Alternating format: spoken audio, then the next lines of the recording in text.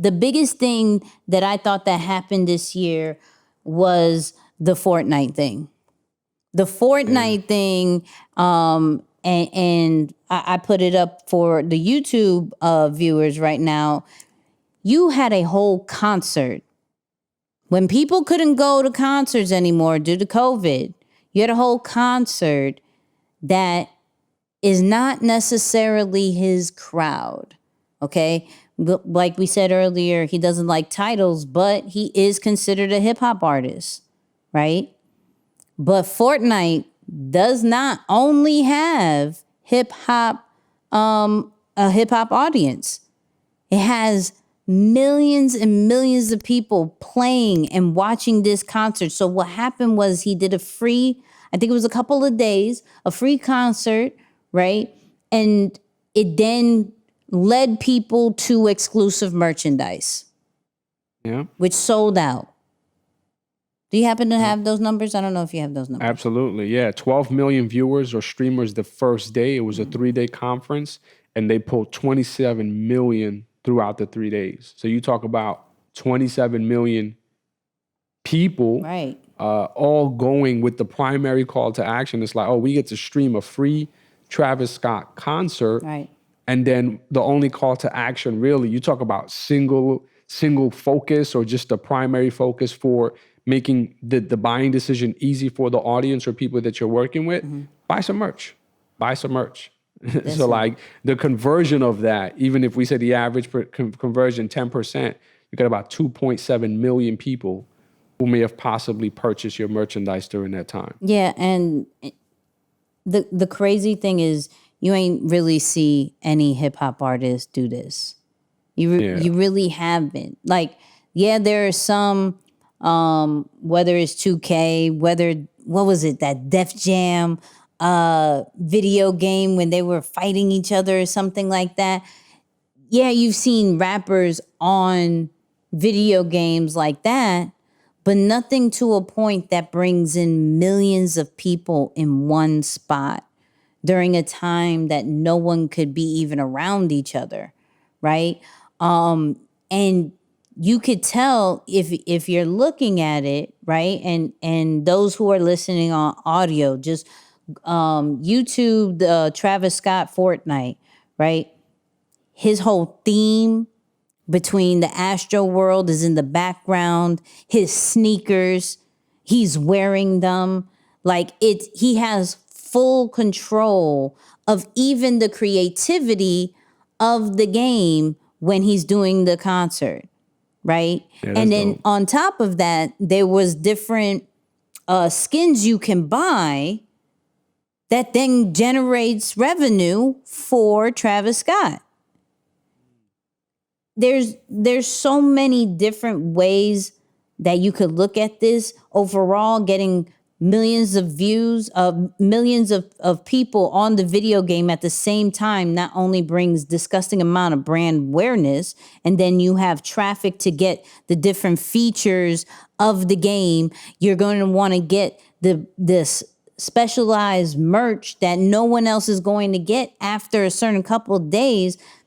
He created scarcity for his brand in a whole new way than rappers has ever done. And so after that, was The Weeknd did a whole concert on TikTok.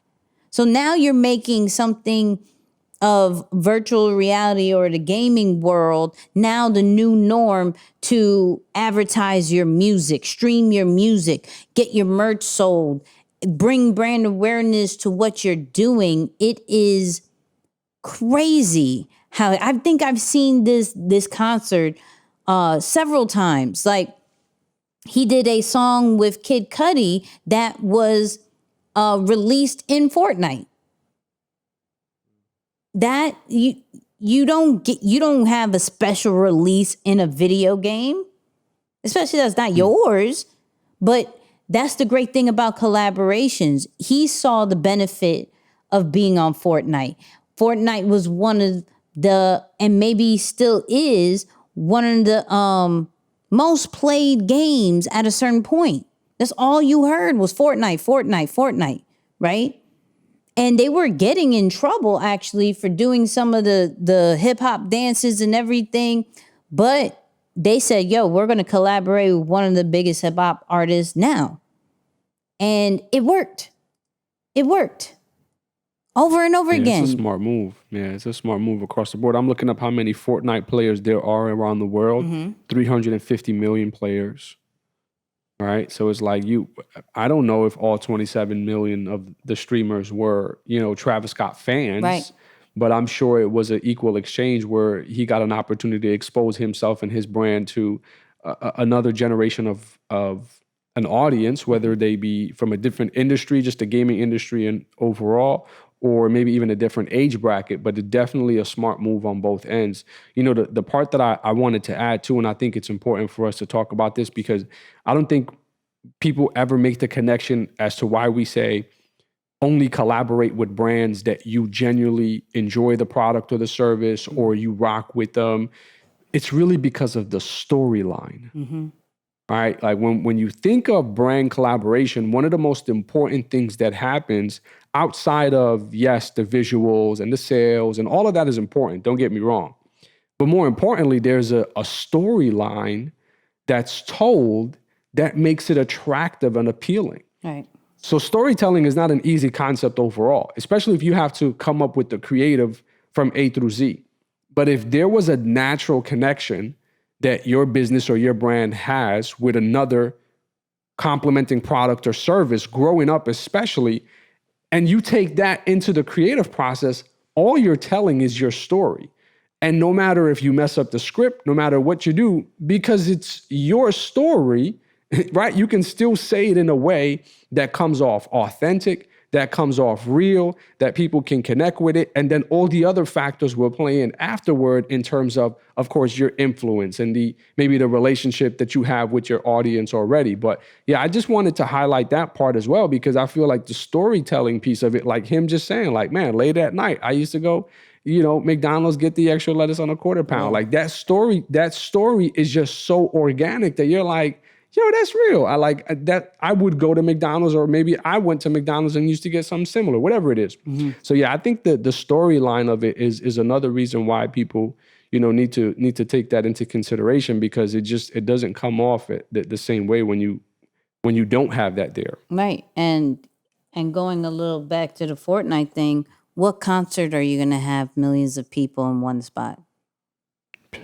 No stadium holds millions of people. Let's just say that. Nope. Nope. Not at all. Not at all. And you didn't have to worry about security. You didn't have to worry about no health issues.